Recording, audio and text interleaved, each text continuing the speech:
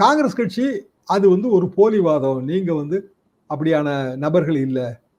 நீங்க நினைத்திருந்தால் பாகிஸ்தான் ஆக்குபைடு காஷ்மீரை விடுவிப்பதற்கே இது ஒரு வாய்ப்பா பயன்படுத்தியிருக்கலாம்.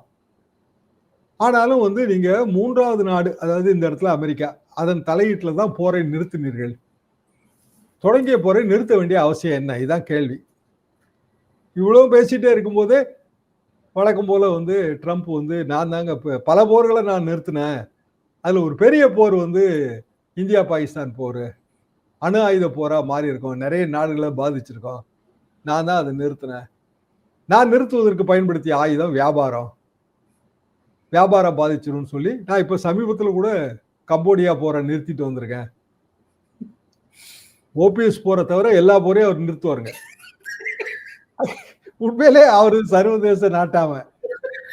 இங்க பார்லிமெண்ட்ல இவ்வளவு காரசாரமா ஓடிட்டு இருக்கும்போது அவர் அதை மட்டுக்கு அவர் பழைய இது என்னவோ அதை அப்படியே சொல்லிட்டே இருக்காரு.